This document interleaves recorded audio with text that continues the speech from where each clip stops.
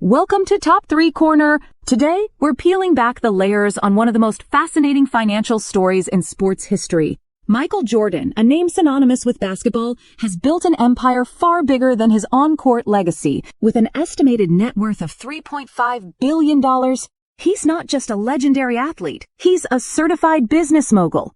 But here's the hook. He didn't get rich from playing basketball. In fact, his entire NBA career earnings account for just a fraction of his total wealth. The real story lies in how he used his global celebrity to build a massive financial machine. In this episode, we're breaking down the 3 primary pillars of Jordan's wealth. First, we'll analyze the undisputed foundation of his empire, the Jordan brand, a revolutionary partnership that turned a simple shoe deal into a multi-billion-dollar behemoth. Second, we'll look at the shrewd business move that netted him a massive profit, his ownership of the Charlotte Hornets and the monumental price he sold it for. Finally, we'll dive into his various endorsements and other strategic investments that have diversified his portfolio. Stay tuned as we reveal exactly how Michael Jordan transformed a basketball dream into a $3.5 billion reality. When we talk about Michael Jordan's wealth, the story doesn't begin with his on-court earnings. It begins with a groundbreaking business deal that changed the landscape of sports marketing forever. In 1984, before he even played a single NBA game, Michael Jordan signed a contract with Nike that was far more than a simple endorsement. At the time, players were typically paid to wear a brand's shoes, but Jordan and his agent, David Falk, saw a bigger picture. They demanded a partnership, a brand built entirely around Jordan himself. This was a radical idea that was initially rejected by many, including Jordan himself, who favored Adidas at the time. Nike's offer was a massive gamble, a 5-year deal worth $500,000 per year, a rarity for a rookie, along with the promise of his own signature shoe line. This audacious move set the stage for one of the most successful business ventures in history.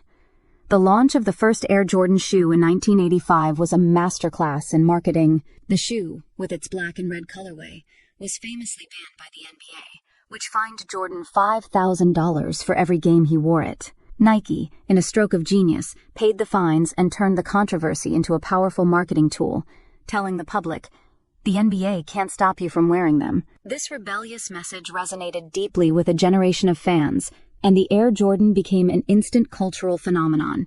But the true genius of the deal was in the financial structure. Jordan negotiated a 5% royalty on all sales of Jordan brand products.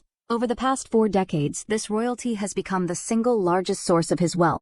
The Jordan brand, which has since expanded far beyond shoes to include apparel and accessories, generates billions of dollars in revenue each year for Nike. Michael Jordan's annual take from this partnership alone is estimated to be over $100 million, an amount that dwarfs his entire career earnings from his time in the NBA. This wasn't just an endorsement deal, it was the creation of a global brand, and it is the cornerstone of his multi-billion-dollar empire.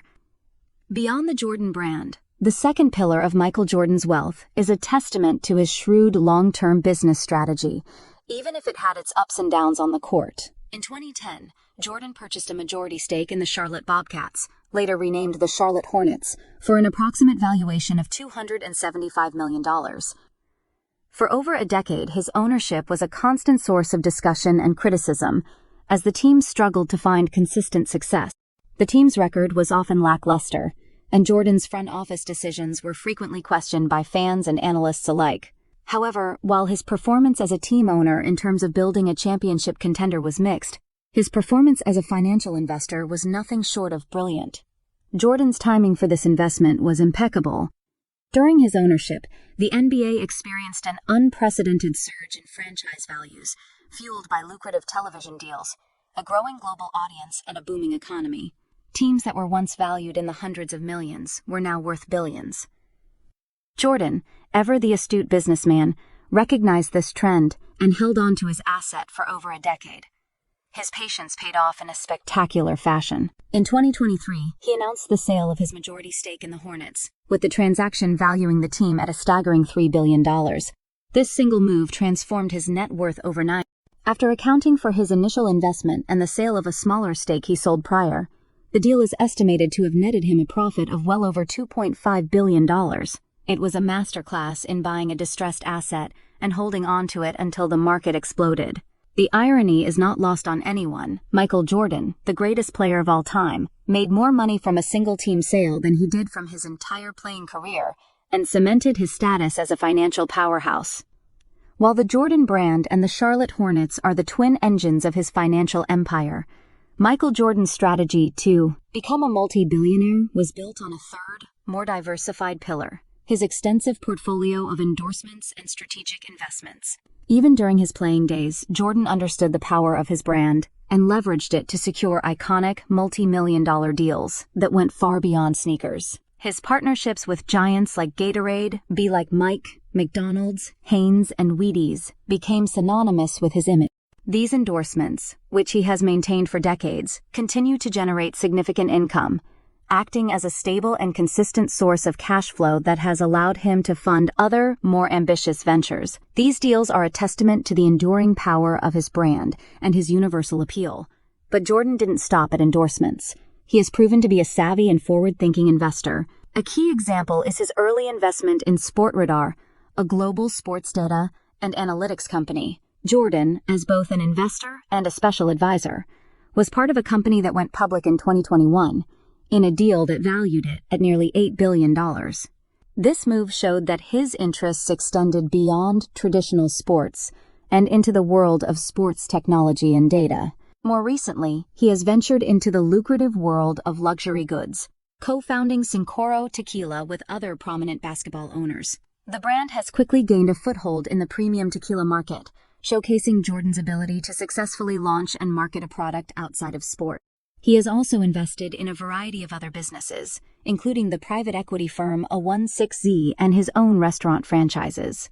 These diverse investments, combined with his extensive real estate holdings and other assets, have not only grown his wealth, but have also insulated him from market fluctuations, proving that his business acumen is just as formidable as his skills on the basketball court. Michael Jordan's journey to a $3.5 billion empire is a masterclass in leveraging an iconic brand. While his on-court earnings were substantial, they represent only a small fraction of his immense fortune. The real story, as we've seen, is the brilliant business acumen he displayed off the court. The foundation of his wealth is undoubtedly the Jordan brand, a partnership with Nike that gave him a percentage of sales, turning his name into a multi-billion-dollar enterprise. His second major financial win came from his shrewd, long-term investment in the Charlotte Hornets, which he bought for a fraction of what he sold it for. Finally, his empire is solidified by a diverse portfolio of endorsements and strategic investments in various companies. In the end, Jordan's greatest legacy may not be just his 6 championships, but his ability to transform himself from the greatest player of all time into one of the most successful businessmen in sports history.